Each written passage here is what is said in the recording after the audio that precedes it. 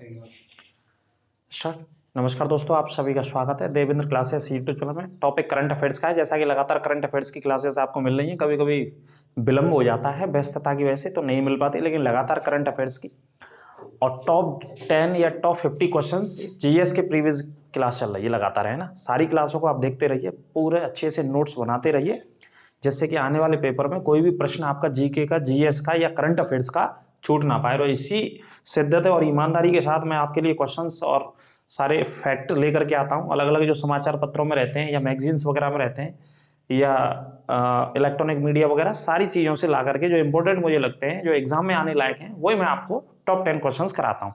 तो अंत तक वीडियो में बने रहेंगे और देखेंगे आप। तो देखिए, पहला पॉइंट है यहाँ पे, चीन के बाद भारत दुनिया का दूसरा सबसे बड़ा सड़क नेटवर्क वाला देश बन गया। ऐसे तो छाप लो आप, ये छपना, ये इसी प्रकार के क्वेश्चंस आने होते हैं। दुनिया में अभी तक का सबसे बड़ा सड़क नेटवर्क चीन, ये चीन के बाद अब दूसरा हिंदुस्तान आ गया है ना। चीन के बाद दुनिया का दूसरा सबसे बड़ा सड़क नेटवर्क वाला देश कौन सा बन गया? भारत बन गया है ना, सड़क नेटवर्क वाला। तकरीबन 63 लाख वर्ग किलोमीटर में हमारे यहाँ सड़क बनी हुई है भारत में। कितनी बनी हुई है? 63 लाख वर्ग किलोमीटर में। ये चाहो तो आप डाटा भी लिख सकते हो, कुछ समथिंग लगभग में है, लेकिन एक्चुअल डाटा मैं आपको ये बता दे रहा हूँ। तो सड़क के मामले में, सड़कों के मामले में दूसरे स्थान पे आ गया दुनिया में भारत। ठीक है, ये नोट कर लेना। दूसरा पॉइंट, क्रिकेट तो आप देखते ही होंगे। आईसीसी क्रिकेट का कब होना है? ये आईसीसी वर्ल्ड कप। तो आईसीसी वर्ल्ड कप 2023 का क्रिकेट का 50-50 ओवर्स वाले की मैं बात कर रहा हूँ, ये भारत में ही होना है और अहमदाबाद में इसका पहला मैच खेला जाएगा इंग्लैंड और न्यूजीलैंड के मध्य में।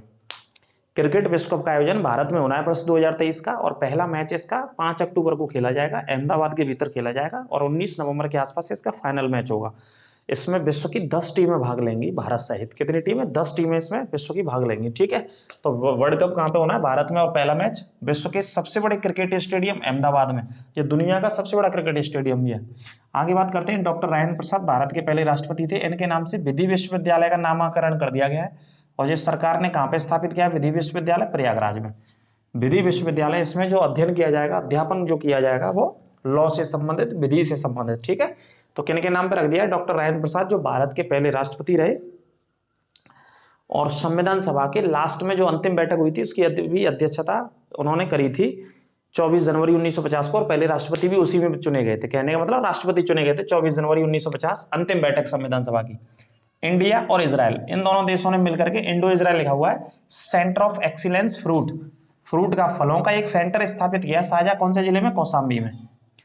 उत्तर प्रदेश के कौशाम्बी जिले में भारत ने और इजराइल ने मिलकर के एक सेंटर स्थापित किया, दोनों ने मिलकर के, है ना, सेंटर एक्सीलेंस ऑफ फ्रूट के नाम से, है ना, फलों के ऊपर ये स्थापित किया गया सेंटर। इसे नोट कर लेना, छाप लेना।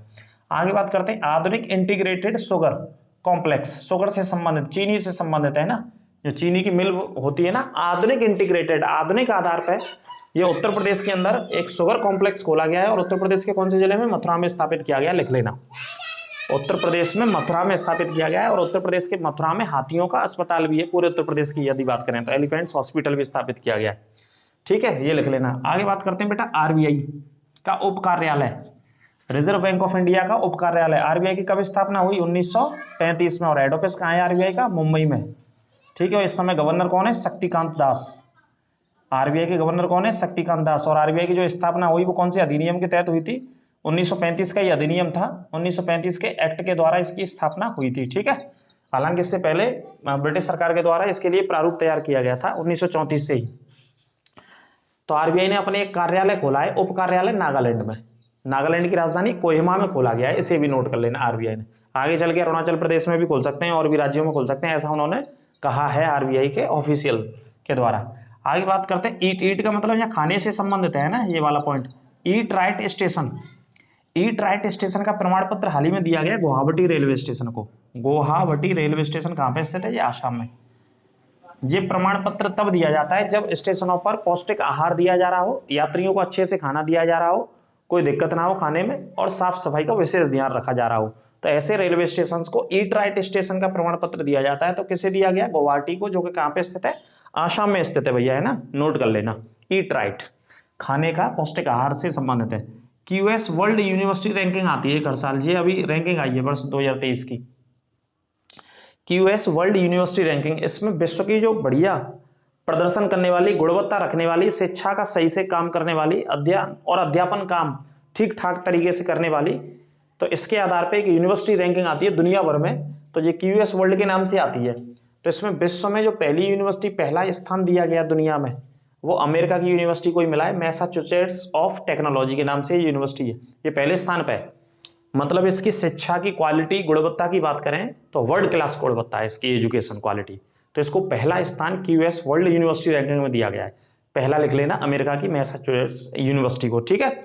आगे बात करते हैं, भारत में पहला स्थान किसे दिया गया इसी रैंकिंग में, इंडिया में। भारत के अंदर जो पहला स्थान दिया गया है वो आईआईटी बॉम्बे को दिया गया है। भारत में पहले स्थान पर कौन सी है, ऐसे भी छाप लेना, आईआईटी बॉम्बे पहले स्थान पर है क्यूएस वर्ल्ड यूनिवर्सिटी रैंकिंग में, ठीक है। और विश्व में कौन सा स्थान है आईआईटी बॉम्बे का, 149वां है। अगर दुनिया में देखें तो 149वें स्थान पर है, और इंडिया में पहले स्थान के हिसाब से आईआईटी बॉम्बे है। इस रैंकिंग के हिसाब से जो दुनिया में ये रैंक हर वर्ष आती है, ठीक है, ये नोट कर लेना।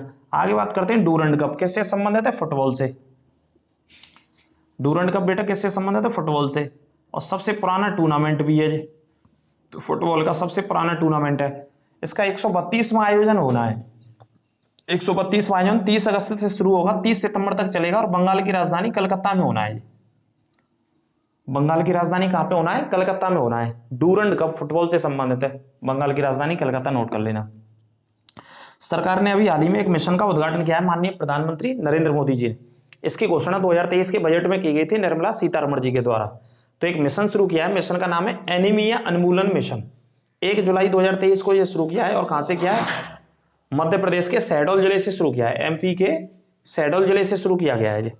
एनीमिया उन्मूलन, एनीमिया होता है रक्त की कमी से जो बीमारियां बच्चों के अंदर फैलती हैं। जो बच्चे होते हैं ना, जो आंगनबाड़ी वगैरह में जाते हैं, तो सरकार क्या मदद करती है उनकी, ऐसी मेडिसिन मुहैया कराती है, ऐसे बहुत सारे पौष्टिक आहार मुहैया कराती है जिससे बच्चों का पोषण ठीक ठाक हो।